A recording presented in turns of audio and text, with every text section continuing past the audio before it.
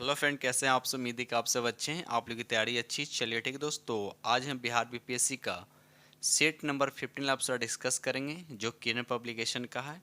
और इससे पहले हम प्लेटफॉर्म का भी अपलोड कर चुके हैं, आप नहीं देखें तो प्ले लिस्ट में जाकर देख सकते हैं। ठीक है, और आज हम आप लोगों के साथ सेट नंबर 15 किरण पब्लिकेशन का डिस्कस करेंगे। इसमें 40 क्वेश्चन आप लोग को डिस्कस करेंगे। ये कॉमन पेपर है, ठीक है, याद रखिएगा, ये कॉमन पेपर है 6 to 12 के लिए। ठीक है, तो स्टार्ट करते हैं हम लोग क्वेश्चन नंबर फर्स्ट। ये रहा आपका स्क्रीन पे जो साफ साफ दिख रहा है, पहले मैथ दे रखा है।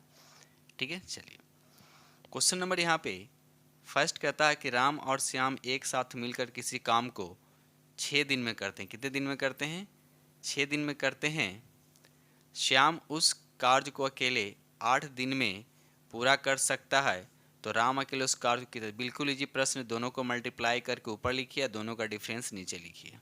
तो यहाँ से काटिए इसको, 2 से कटेगा 4 माने 6 चौका 24, इसका राइट आंसर हो जाए, ऑप्शन आपका 4 हो जाएगा। ठीक है, चलिए आगे बढ़ते हैं हम लोग।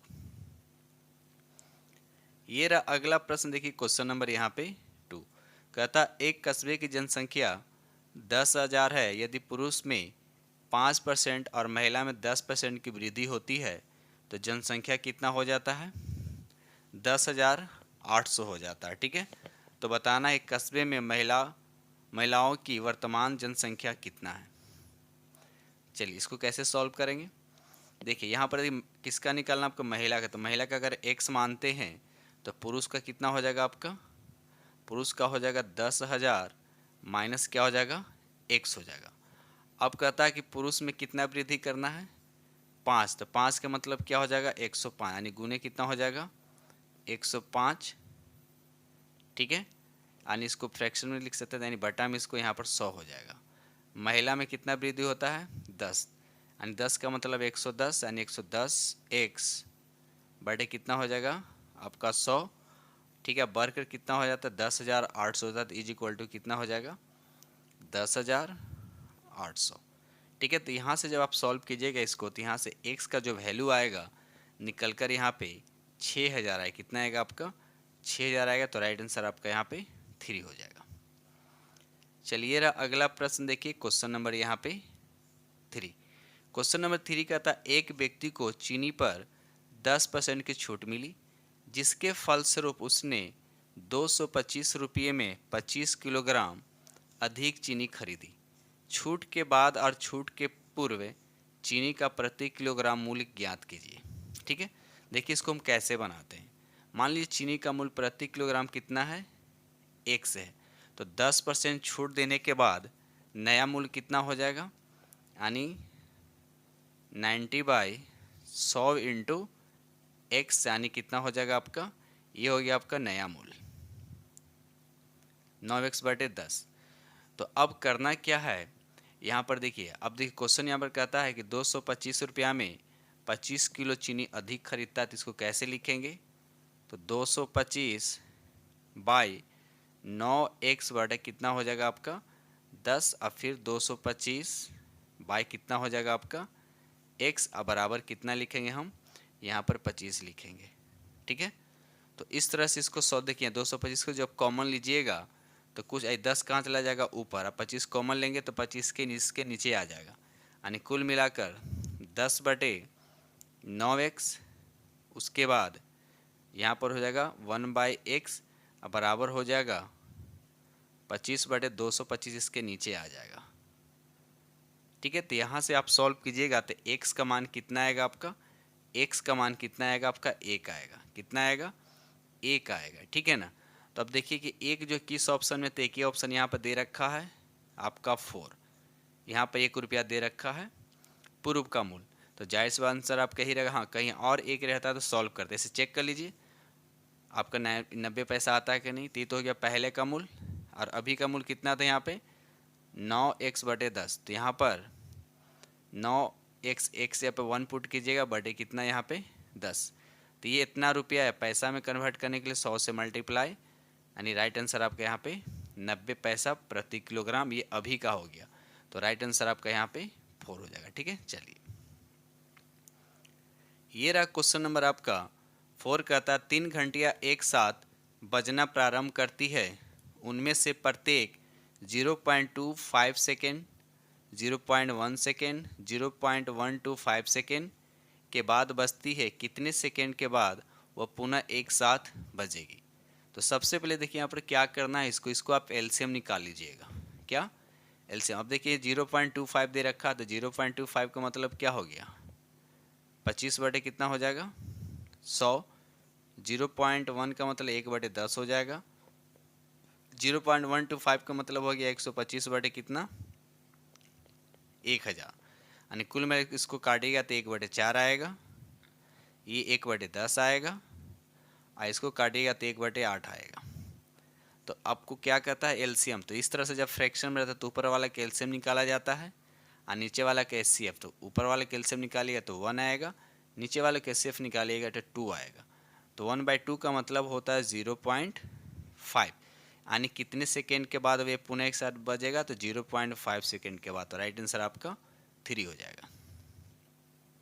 ये रहा क्वेश्चन नंबर आपका 5, कहता है 10 सेंटीमीटर त्रिज्या वाले अर्धवृत्त के अंदर खींची जा सकने वाली सबसे बड़ी वर्ग का क्षेत्रफल ज्ञात कीजिए।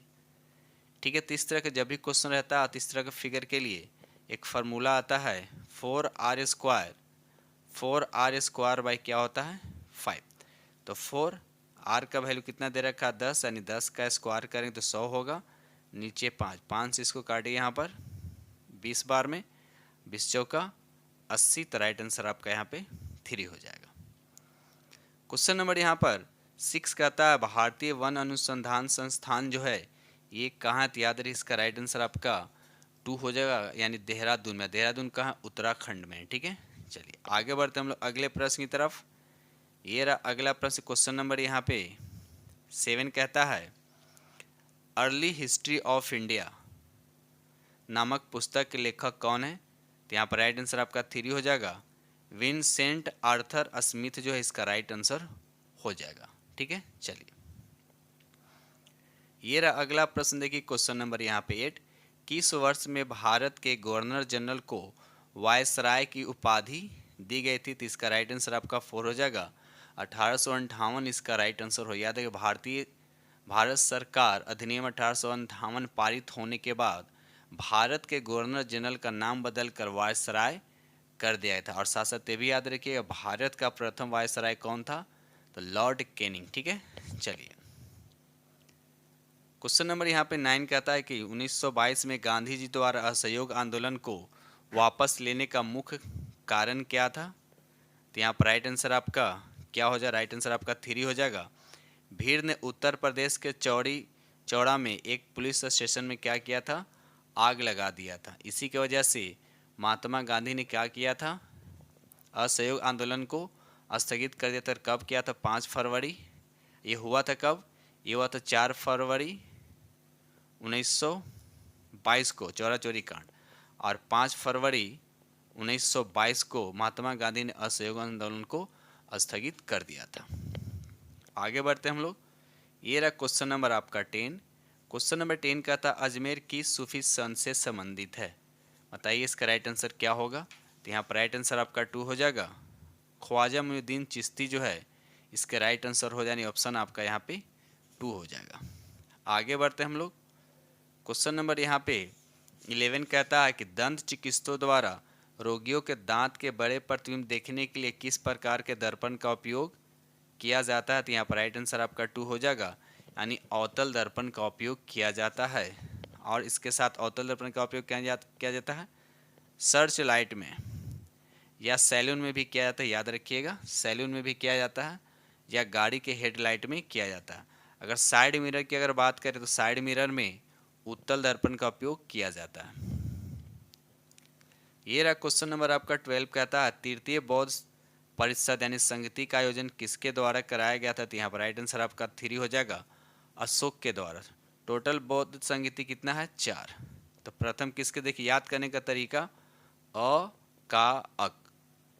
अ का मतलब अस हो गया अजातशत्रु जो प्रथम बौद्ध संगति हुआ था। का मतलब कालाशोक हो गया द्वितीय, फिर आ गया आपका तृतीय यानी अशोक, फिर लास्ट में का यानी कनिष्क। तो इस तरह से याद रखिएगा। आगे बढ़ते हम लोग अगले प्रश्न की तरफ। दोस्त वीडियो को लाइक कीजिएगा और अपने दोस्तों में शेयर जरूर कर दीजिएगा। ये रहा अगला प्रश्न। क्वेश्चन नंबर यहाँ पे 13 कहता है निम्नलिखित में से कौन सी एक उपास्थि युक्त मछली है। तो यहाँ पर राइट आंसर आपका फर्स्ट हो जाएगा शार्क, इसका राइट आंसर। याद शार्क जो है इसका राइट आंसर हो जाएगा। क्वेश्चन नंबर यहाँ पे 14 कहता है किस अवसर पर चंद्र ग्रहण होता है। किस अवसर पर चंद्र ग्रहण होता है। तो इसका राइट आंसर आपका 3 हो जाएगा पूर्णिमा यानी फुल मून जो है इसका राइट आंसर हो जाएगा। आगे बढ़ते हैं हम लोग।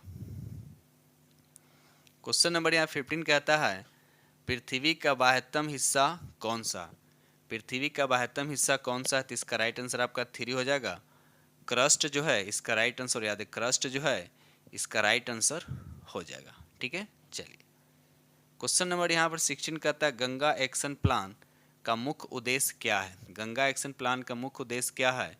तो इसका राइट आंसर आपका 2 हो जाएगा गंगा नदी में प्रदूषण की कमी, यानी इसको प्रदूषण की कमी करना। साथ साथ ये भी याद रखिए 1985 में गंगा कार्य योजना की शुरुआत के समय इसका उद्देश्य गंगा के जल की गुणवत्ता को स्वीकार मानकों तक सुधारना था, साथ ही प्रदूषण भार को नदी तक पहुंचने से रोकना था। ठीक है, चलिए ये रहा अगला प्रश्न। क्वेश्चन नंबर यहाँ पर 17 कहता है अनुच्छेद 78 के अंतर्गत मंत्रिपरिषद के सभी निर्णयों के बारे में इनमें से कौन सा राष्ट्रपति को सूचित करेगा। तो यहाँ पर राइट आंसर आपका 2 हो जाएगा प्रधानमंत्री, इसके राइट आंसर हो जाएगा। ठीक है, चलिए क्वेश्चन नंबर यहाँ पर 18 कहता है कि निम्नलिखित में कौन अलीपुर बम कांड में शामिल था। तो यहाँ पर राइट आंसर आपका फर्स्ट हो जाएगा श्री अरविंद घोष जो है इसके राइट आंसर हो जाएंगे। ठीक है, चलिए आगे बढ़ते हम लोग अगले प्रश्न की तरफ। क्वेश्चन नंबर यहाँ पे 19 कहता है भारत सरकार उसके बाद डैश दे रखा है को लोक सेवकों के लिए लोक सेवा दिवस के रूप में मनाती है ताकि वे स्वयं को पूर्ण नागरिक हितों के लिए समर्पित कर सके और सार्वजनिक सेवा एवं कार्य की उत्कृष्टता के प्रति अपना प्रतिबद्धता को नवीकृत कर सके। तो राइट आंसर आपको बताना है। तो 19 का राइट आंसर आपका 4 हो जाएगा 21 अप्रैल इसका राइट आंसर हो जाएगा। ये रहा अगला प्रश्न। क्वेश्चन नंबर यहाँ पे 20 कहता है किस प्रकार के अंगों की बुनियादी संरचना एवं उत्पत्ति समान होती है किंतु उनके कार्य क्या होते हैं, भिन्न होते हैं। तो 20 का राइट आंसर आपके यहाँ पर 4 हो जाएगा समझात, इसका राइट आंसर हो जाएगा। आगे बढ़ते हम लोग अगले प्रश्न की तरफ।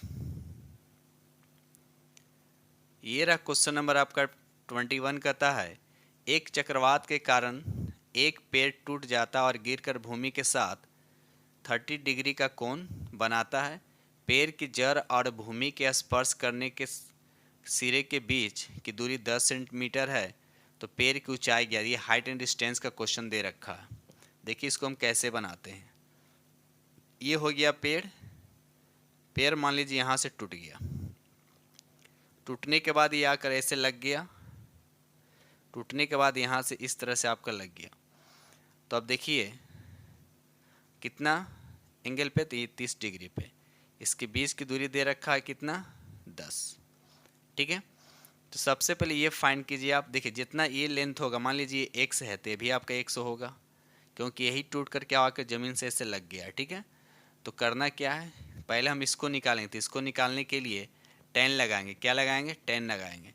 तो जब 10 से इसका निकालिए तो इसका राइट आंसर आपका देखिए 10 30 यूज़ करेंगे। 10 30 इसको मान लेते हैं h। तो h बाई कितना हो जाएगा आपका 10 हो जाएगा। तो यहाँ से h निकल कर डायरेक्ट हम बता दे रहे हैं h निकल कर कितना आएगा। तो यहाँ पर 10/√3 आएगा। ये निकल गया। अब हमको ये निकालना है। तो इसका और इसका रिलेशन मतलब कॉस लगाएंगे। तो कॉस लगाएंगे तो यहाँ से जो x का वैल्यू जो आएगा वो हम बता रहे हैं। ठीक है, यहाँ पर x का जो वैल्यू आएगा वो आपका आएगा 20/√ कितना आएगा 3। अब जितना ये होगा उतना ये होगा। तो पूरा पेड़ की लंबाई पूछा जा रहा है। तो इसको और इतना को हम क्या करेंगे, ऐड कर देंगे। यानी इसको और इसको दोनों को ऐड कर। देखिए नीचे बेस क्या सेम है, यानी दोनों का हर क्या सेम है, तो ऊपर डायरेक्ट ऐड हो जाएगा। तो 30 हो जाएगा। 30 बटे कितना √3। और 30/√3 का मतलब क्या होगा, इसको सॉल्व किया तो 10 कितना आएगा आपका 3 आएगा। तो यहाँ पर राइट आंसर आपका 10√3 यानी 4 आपका राइट आंसर हो जाएगा। ये रहा अगला प्रश्न, देखिए क्वेश्चन नंबर यहाँ पे 22। उस संख्या की पहचान करें जो निम्नलिखित श्रेणी से संबंधित नहीं है। ठीक है, देखिए यहाँ पर क्या करें, 289 दे रखा है, 289 प्लस 17 गुने कितना 1 बराबर कितना आता है 306, जो ये आ गया। अब 306 में फिर प्लस 17 गुने यहाँ पर 2 करेंगे तो आपका ये आ जाएगा 340 आ जाएगा। कितना आएगा 340। अब 340 में 340 में फिर प्लस और 17 गुने कितना करेंगे 3 करेंगे। ठीक है, तो कितना ना 391, जो कि यहाँ पर दे रखा आपका 389, तो ये आपका गलत है, तो राइट आंसर आपका यहाँ पर 22 का 3 हो जाएगा। चलिए रहा अगला प्रश्न, देखिए क्वेश्चन नंबर यहाँ पे 23। ठीक है, कहता है एक वस्तु को दो व्यक्ति के द्वारा क्रमागत तौर पर बेचे जाने पर प्राप्त कुल लाभ कितना है, 38% के बराबर है। यदि पहले व्यक्ति को इसे बेचने पर 15% का लाभ होता है तो दूसरे व्यक्ति को होने वाले प्रतिशत लाभ ज्ञात कीजिए। ठीक है, ये बताना है आपको। ठीक है, देखिए इसको कैसे, इसको एक फार्मूला होता है x प्लस वाई, और एक्स वाई बाई क्या होता है यहाँ पे 100 होता है। ठीक है, तो इसे बैठाएंगे तो यहाँ पर देखिए एक दे रखा है यहाँ पे, यानी 15 दे रखा था, हम 15 प्लस वाई, अब प्लस क्या लिखेंगे 15 वाई बाई क्या 100, अब बराबर कितना आपका 38। ये बस इसी को आप सॉल्व कर दीजिए। जब इसको आप सॉल्व कीजिएगा तो यहाँ से y का जो वैल्यू आएगा आपका निकल कर 20 आएगा, तो यहाँ पर राइट आंसर आपका फर्स्ट हो, यानी 23 का राइट आंसर आपका फर्स्ट हो जाएगा। ये रहा अगला प्रश्न, देखिए क्वेश्चन नंबर यहाँ पे 24। कहता है किसी संख्या में 7 जोड़ने पर प्राप्त होगा। देखिए कोई संख्या x मान लीजिए, कोई संख्या आप x मान लीजिए, x में 7 जोड़ दिया। ठीक है, जोड़ दिया, उसके बाद 5 से गुना कर दिया, इसको 5 से गुना कर दीजिए, कोई दिक्कत है नहीं, 5 से गुना कर दिया। और इस प्रकार गुणनफल को 9 से भाग कीजिए तो 9 नीचे लिखा गया। भाग किया, इस प्रकार प्राप्त भागफल में 3 घटाना है, तो यहाँ पर -3 कीजिए, घटाने पे कितना आता है 12 आता है, कितना आता है 12 आता है। बस इसी को सॉल्व करना है आपको। जब इसको आप सॉल्व कीजिएगा तो यहाँ से x का जो वैल्यू आएगा आपका 20 आएगा, तो राइट आंसर आपका यहाँ पे 2 हो जाएगा, यानी 2 ऑप्शन आपका हो जाएगा। ठीक है, चलिए आगे बढ़ते हम लोग अगले प्रश्न की तरफ। चलिए रहा क्वेश्चन नंबर आपका रीजनिंग का दे रखा है क्वेश्चन नंबर 25। आपको पैटर्न दे रखा, 2 पैटर्न दे रखा है, इस पैटर्न के अकॉर्डिंग यहाँ पर इसका आंसर आपको बताना है। तो यहाँ पर देखिए बीच में यहाँ पर 3, 6 और 12 दे रखा, आपको इस पैटर्न को समझना पड़ेगा।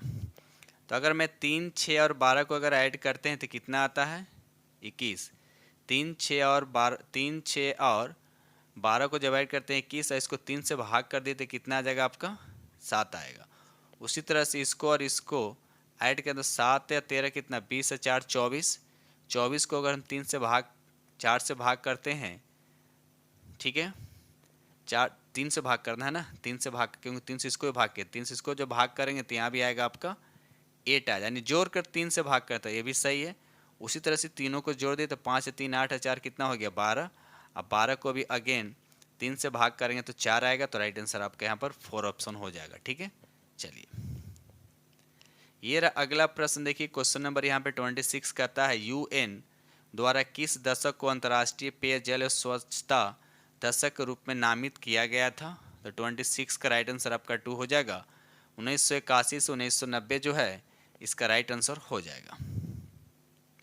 ये रहा अगला प्रश्न, देखिए क्वेश्चन नंबर यहाँ पे 27। अंगूर की खेती, इसको बोलते हैं विटीकल्चर, इनमें से किस क्षेत्र की विशेषता है, किस क्षेत्र में ये यानी उसको उपजाया जाता है जनरली। तो यहाँ पर राइट आंसर आपका फर्स्ट हो जाएगा भूमध्य सागरीय क्षेत्र। याद है भूमध्य सागरीय क्षेत्र जो है इसका राइट आंसर हो जाएगा। भूमध्य सागरीय जलवायु क्षेत्र जो है गर्म और शुष्क, ग्रीष्मकालीन और ठंडे और आर्द्र होता है, और अंगूर की खेती के लिए विशेष रूप से उपयुक्त होती है। ठीक है, चलिए